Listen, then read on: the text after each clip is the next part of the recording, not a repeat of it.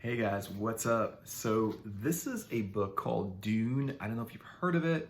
You might have heard of it, you might have read it, you might have watched the movie, you might have seen the TV show, but the book is what I want to talk about. The book is the really good thing. This is the original story from Dune. And Dune is a science fiction story, and it says like science fiction masterpiece, if that's in focus. And it does say science fiction supreme masterpiece. And it really is very, very good. It really is good. What's cool about this book is the writer, Frank Herbert, he created basically, this is 10,000 years in the future of now. So he created a story that's 10,000 years in the future. So what's interesting and good about that is that when you have a story that's 10,000 years in the future, no one can tell you you're wrong about the story. You know, like it's 10,000 years in the future. Nobody knows what's going to happen in 10,000 years. So no one can say, well, I don't think it's going to look like that, or I don't think it's going to look like this, right? Nobody knows what's going to happen in 10,000 years. So 10,000 years in the future, mankind and like people from our planet are all over the place. There's no spoilers, so don't worry about it. I'm not going to spoil anything. I just want to talk about the book and the story and stuff like that. It came out, what's interesting is, I don't know if this came out in the 80s or before the 80s. I'm not sure like what year this was done, but a lot of people love this book a lot. I think it says, wow, it says 1965, then it says 1977, and then it says 1987. Okay, it's copyright 1965. So 1965, Frank Herbert writes a story about the future. Mankind, there's basically a few planets that are relevant. One planet is got the galactic emperor, the guy that's the emperor of all the planets. But he's not really, he's powerful, like he's got a militia, he's got an army, but you know, he doesn't really like rule anything. He's just like just the ruler, you know, he doesn't really rule anything. He's just like a king or prince or whatever it is, right? And he basically rules over his own planet. You can't really rule the other planets. One planet is Dune. One planet is like this oil planet of these guys, Harkonnens. They're real evil and everything. They're really nasty. And there's another planet where it's like all oceans and they're really good and really nice and stuff like that. And then there's Dune, the planet Dune, and it's like a desert planet. And the people that live there are like desert people. There's no water. They conserve water. You know, it's a whole story. This guy, he created a whole world, like a universe around all of this planet and this future civilization of where people are. And people travel from place to place in spaceships, but what they do is they travel by folding space. Folding space is, they don't really explain like how it is, but it's basically some technology where, you know, like you're here and there, and you know, how do I get through here to there? And what they do is just like fold the space between where you are and where you want to go, and then you can just like, you know, it just brings everything to you instead of like you having to move anywhere. It's just like the space between you and where you're going folds, and now instead of being a mile away from where you want to be, you're like 10 feet away from where you want to be. It's a weird, interesting idea, but it's very, very original. No one else has done it that way. People have like made up warp drive and, you know, light speed and like hyper light speed and all kinds of like teleportation and stuff like that. But no one's ever created folding space. Folding space, and it's like, there's this like guild navigator civilization people, and they're in charge of folding space. And basically they're the linchpin. Like whatever they say, they get whatever they want, because you know, they're the ones that get you from one place to another. And without being able to travel from one place to another, you can't like deliver supplies, you can't like travel, you can't do anything. So these like these like people that this guild navigators, these people basically they run, you know, the known universe. You know, whatever they say goes, because you need them to help you move from place to place. And without that, you can't move around and you can't do anything. So that's one thing. And another thing that's probably the most important central thing about the story is And the thing about the story is it's hard to understand. So it's really like it's written and it's difficult to understand, and sometimes you have to read it a few times or whatever it is. Like it's hard to understand. It's really involved. There's a lot of it, but if you like get it, it's really, really worth it. It's really cool. Basically, the central thing about this whole world is there's this like spice thing happening, and on one of the planets, the desert planet, it's got a ton of spice. And spice basically like expands life, increases life, and it like increases your lifespan and expands consciousness to the point where, you know, people can probably, you know, foretell the future and stuff like that. But basically they're, but it also adds life. But the thing is about the spice is once you start using spice, you get so addicted to it that you cannot stop using spice. You have to keep doing it. And because it's such an addictive substance, it's the most valuable thing in the whole universe. And in some way, and I still don't really understand how it is, but the spice is vital to space travel, which means the guild navigators use the spice to fold space and get people from one place to another. So on one part, it's sort of like a drug, and another part, it actually bends and changes reality, you know? So, and the thing is, the people that are in power need to they need to do the spice, they need to sell the spice, and without spice being like sold back and forth, nothing happens. It's sort of like, in modern times, it's like, so, you know, it's like everyone relies on water or some kind of like natural, like oil or some kind of natural thing. Like if oil production would stop on Earth like in one day, everything would come to a close. Like you couldn't run airplanes or cars or engines or anything that's run by oil. You couldn't run any machinery, factories, you know, anything. Like you would not be able to like run machinery. Anything that would happen if people stopped oil production, the whole world would become a standstill. It was the same thing kind of with the spice. Spice was actually essential to space travel, essential to people surviving and living, because like in order to continue living after you've done the spice and expanded your lifespan, in order to like continue living, you have to continue taking spice. If you stop it, you know, it's like very, very detrimental. So, so that's the thing. So like the spice was so essential that anyone that controlled it basically controlled the universe. So it didn't matter if they were like, you know, the king of the planet or the emperor of the planet or the emperor of the known universe. It doesn't matter. Basically, like the person that controlled the spice had the power and stuff like that. And it's so interesting because it's sort of about the universe and like how it's about like monarchies. It's about power, who's in power, and what's important, what really drives power and stuff like that. It's also a hero story. It's a really, really heroic story about a really cool, I don't want to get into the spoiler or anything, so that's why I'm being vague about it. It's about a really, really cool main character and their journey and stuff like that. There's also these like witches, there's also these mentats, which are these like human computers.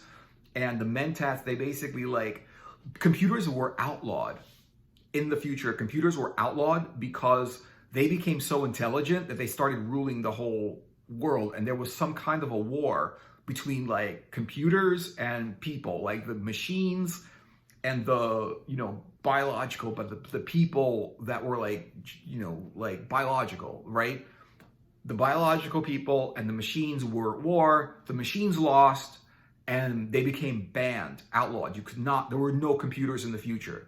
They just became too powerful and they had to be defeated, and they actually were defeated. So what they did was instead, they created these like dudes who were like these mentats, and mentats are, they were just human computers. They can calculate inside their heads, right? Inside their minds, they can calculate whatever without a computer. If you think about like, you know, like the calculations of like a Google computer or the calculations of a big mainframe huge like building size computer, the calculation of like a computer that runs a social network or YouTube or something like that. These people, these mentats were calculating these things in their head. Of course, they also used some kind of a drug. They would drink this drug, this red liquid, and with the liquid, their brains became like able to calculate and do a bunch of like computerized calculations, like crazy like calculations that in modern times no one can do without a computer. So it's basically, it was a computer, but it was actually like just someone doing all the calculations in their head and coming out with an answer. Real weird, real interesting. I thought that was kind of a stretch, but you don't know like in 10,000 years what's possible, you know, but that's a real stretch, like for a person to be able to like calculate as well and as efficiently and fast as a computer, you know. So so that was going on. It's a whole world. It's got like it's how it's run, it's who runs it, it's, you know, it's this like world, and it's also about like sort of like, there's sort of like this whole thing about like true love in it, which was really interesting because, you know, it's a science fiction show, so a lot of times they don't really talk about that, but there's a very like true love part of the story where these like they're these witches, right? Bene Gesserit witches, right? And the witches basically, they're trying to breed this like superhuman. So in order to breed the superhuman, they're saying, okay, you can breed with this person can breed with that person, and that person cannot breed with this person. They tell you like who to breed with and who not to breed with, right? They run the show. They're like, you can breed with them, but you can't breed with them, you know? And they're trying to like genetically produce this like super being, right? Because of that, by breeding them. So there is this whole thing about them doing it, and there's people that are Bene Gesserit witches or are affiliated or associated with them in some way, but they go against that and say, no, I'm not gonna freaking breed with whoever you want me to breed with. I'm only going to, you know, have children as a result of true love, right? That's the, like, you know, I'm going to have children out of love. I'm not gonna have a boy or a girl because you told me to. I'm gonna have whatever child I have, right? And it's also about that, because there's always that, like, whatever was happening in the past, like just the systems with people and stuff, whatever was in the past, whatever's in the present is in the future. Like, technology is different, the way the world is set up is different, we're on different planets, we're traveling through space with different technologies, but power structures are the same, people are the same, like nothing is different, no one has evolved to a higher standard. There's governments, there's like currency, there's like, you know, like drugs that are like expand your life that you have to take because, you know, otherwise you know, otherwise, you know, like basically like if you cannot, if you consume the spice and you don't, it's so addictive that if you decide not to consume the spice, it's really detrimental to you. You have to keep consuming spice. So there's that. It's sort of like modern sort of like drug addiction and whatever it is, you know. Real interesting. It's like, it's also like in the future, hey, there's wars, right? There's wars, and there's wars in the story.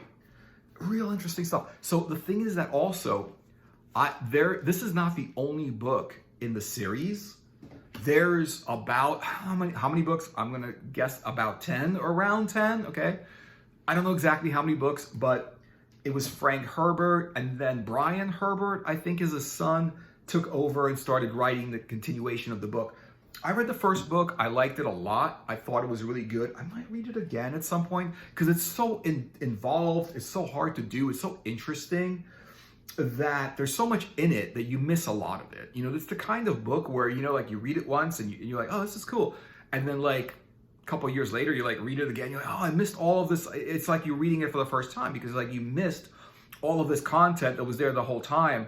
And you just like, you can only catch so much from a book. You know, the rest of it, you don't really remember. You remember what you remember. And then after that, you forget and you don't remember the rest of it. So I did try to read the second book, and I read like half of it. The second book, even though a lot of people liked it, so I'm not going to say whether I thought it was good or bad. I thought the first one was good. I couldn't get into the second book, but a lot of people liked the second book, and some people thought the second book was more significant than the first. I don't think so. I think the first one was better, but what I did find about the second book, it's hugely political. It was just, the whole thing was political structures, and this person, what people were saying to each other, and what they were thinking, and what was political and was not political, and whatever it is. And it was just like so political, and all about political structures and power struggles and what people are thinking and what they're saying and all that stuff like that. So I was just like, it's not much of a story. There's nothing really happening with the second book.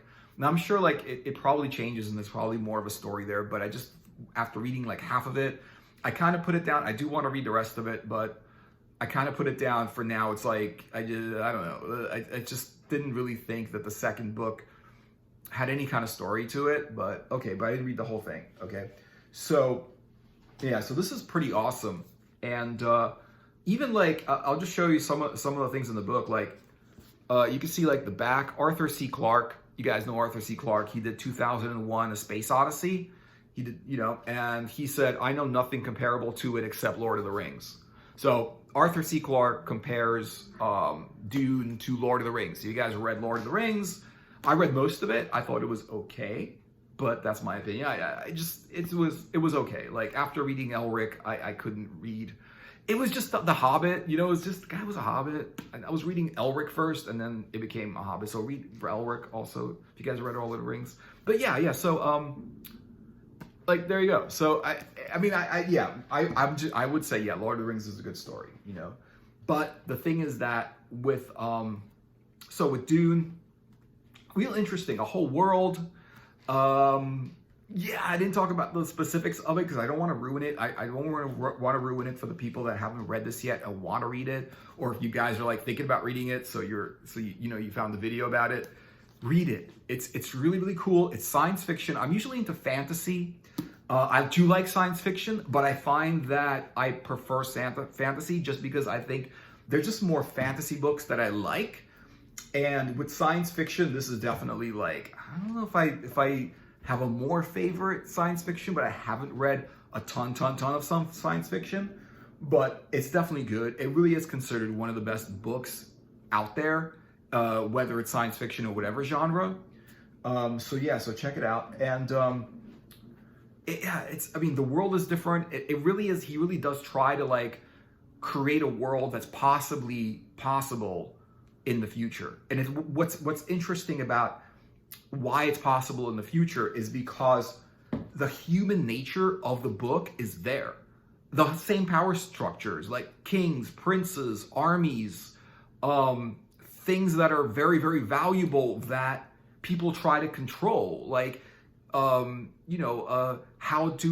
is one like planet a threat to this planet? What should we do to get rid of the threat? Like, should we invade the planet and whatever it is?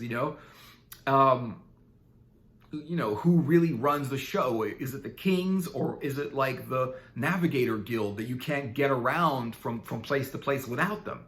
Who really runs the show? That's why, like, like if you have like a train in your area where you live, and the train people or the bus people go on strike, there's no way to get around. They're in control. They're in control. Yeah, there's people that are in politics and government, but when the people that run the trains say, well, we're not working, it's like, they're in control. No one can get anywhere. And they're like, okay, what do you guys want? Raise, what do you want? What can I give you to get you back to work? So it's happening, according to Frank Herbert, 10,000 years in the future. Now, hopefully we've already going to like resolve everything in 10,000 years.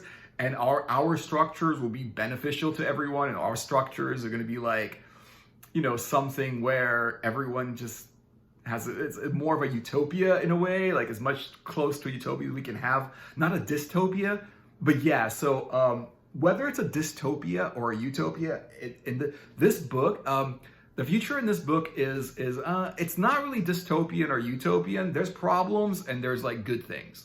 You know, there's good things and there's problems. So it's not, they're not saying the world in 10,000 years is going to be bad or the world in 10,000 years is going to be good. You know, they're just saying if this is the structure, it's a story, it's an idea. Nobody knows the reality of what's going to happen in 10,000 years, you know, but it's a story and it's an interesting made up story. But the thing is that it's not that made up. It's based on a lot of the present day human condition and circumstance and stuff like that. So check it out. I really recommend it. Dune by Frank Herbert. Check out the book, read the book, because it's got a novel. I mean, it's the novel. This was the original story. It says 1965. I don't know, but check it out. It's really, really cool. Everyone that reads it likes it. And yeah, I hope you liked the video, and let me know in the comments if you were thinking of anything, you want to say hi, comments, and yeah, like subscribe to my channel and I'll show you more of this stuff, and like my video, and I will see you guys in another video, and have a great day. Later or good night.